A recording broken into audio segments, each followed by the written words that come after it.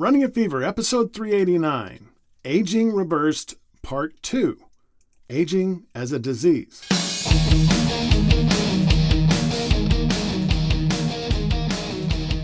Welcome to Running a Fever. My name is Michael Davis. This is a podcast about fitness, diet, and medicine. My goal is to live a long, healthy, happy, active life right up to the very end, and I want to do that by loving my life enough to make it last as long as possible.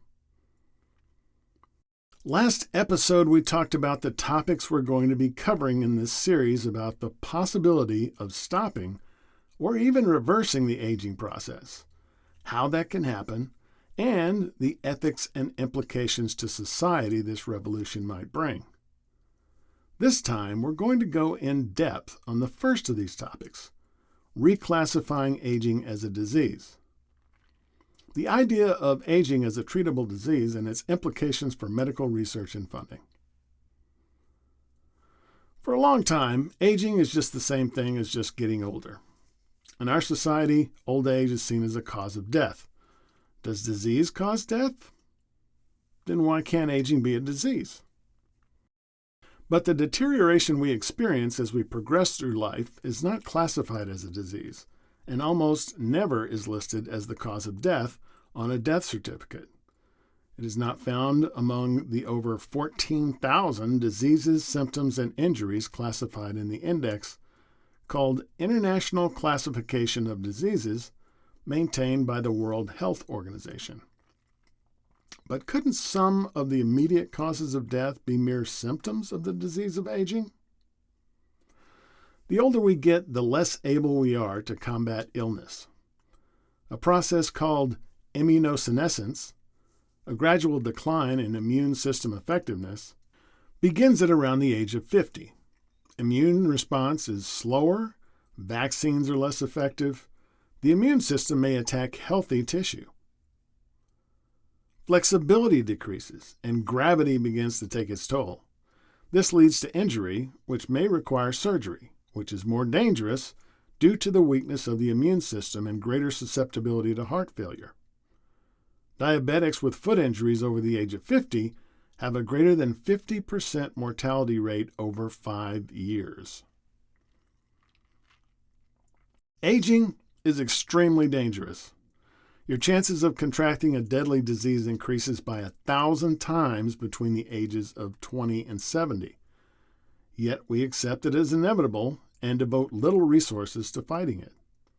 The classified diseases are ranked in order of their mortality rates, and funding for research goes in this order, with heart disease and cancer at the top of the list. In fact, here is a list for the United States as of 2022, according to the CDC. Number 1, heart disease, 702,880 deaths per year. Number 2, cancer, 608,371 deaths per year. Number 3, accidents, meaning unintentional injuries, 227,039. COVID-19, number 4, 186,552 deaths per year. Stroke, or cerebrovascular diseases, 165,393 deaths per year. Number 6, chronic lower respiratory diseases, 147,382 deaths per year in the United States. Number 7, Alzheimer's disease, 120,122 deaths per year. Number 8, diabetes, 101,209 deaths per year. Number 9, nephritis, nephrotic syndrome, and nephrosis, which are kidney diseases, 57,937 deaths per year. Number 10, chronic liver disease and cirrhosis, 54,803 deaths per year. Now, if aging were classified as a disease, it would be number 1 on the list. And this classification determines medical research funding, drug development, and insurance coverage. One of the big hurdles in changing the classification of aging is that you can only call something a disease if it affects less than 50% of the population. Obviously, aging affects us all. The rule has to change for us to move forward. Imagine what we could accomplish if aging were recognized as the disease most lethal to man. It would get more funding than any of the diseases we fight today, the curing of none of them increasing overall life expectancy more. We take aging for granted because we think it is incurable and not worth our time to fight. Is it really curable? Well, in the following episodes, we'll find out how, by addressing genetics, calorie restriction and fasting, exercise, cold and heat exposure, and future medicines and technology. I hope you'll join me.